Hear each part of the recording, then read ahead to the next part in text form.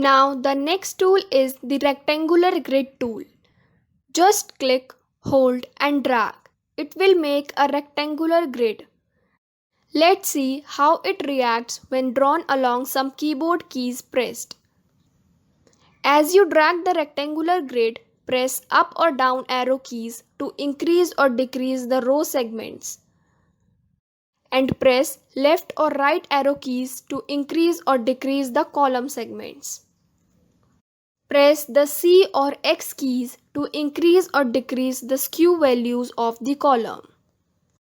And press F or V keys to increase or decrease the skew values of the rows.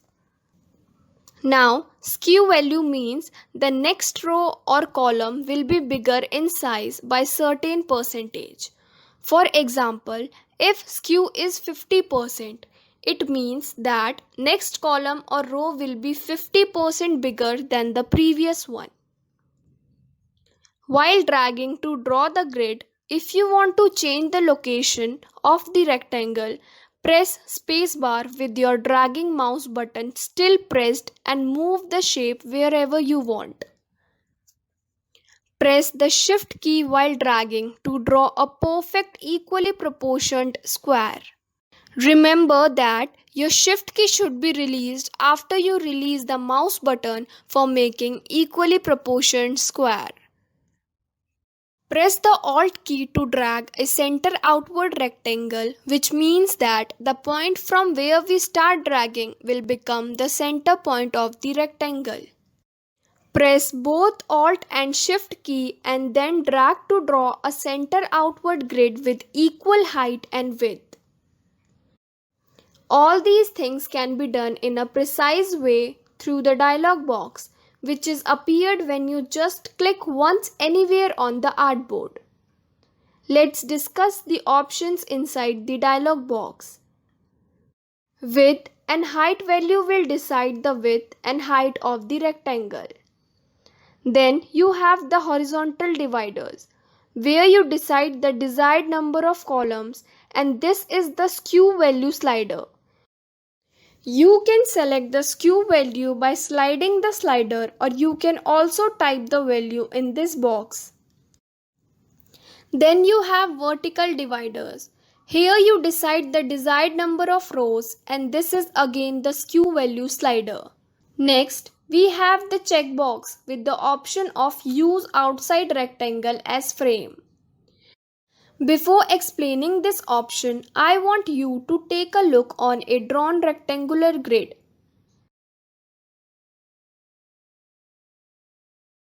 This appears to be a rectangle, but actually these are individual lines dividing each other to form a rectangle. As you can see, there are separate anchor points of every line segment. Even the outer frame of the rectangle is also formed with 4 separate lines joining together. I can pick each of these lines with the direct selection tool.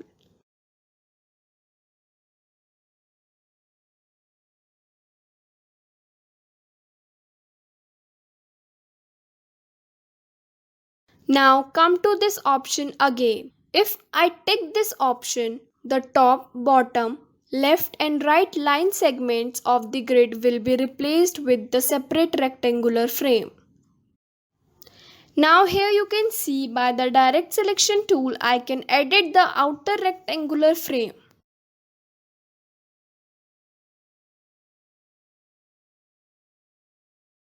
Then we have the fill color option.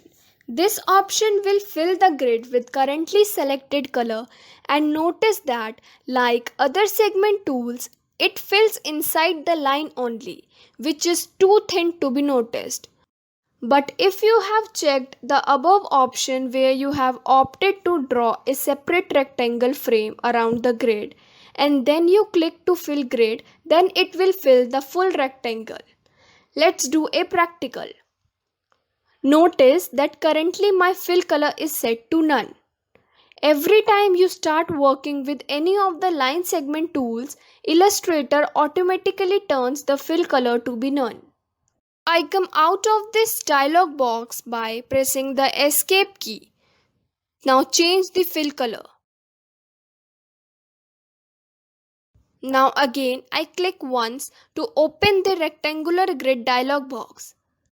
Now if this option is unticked and then I choose to fill grid, it will only fill inside the lines, which is almost negligible.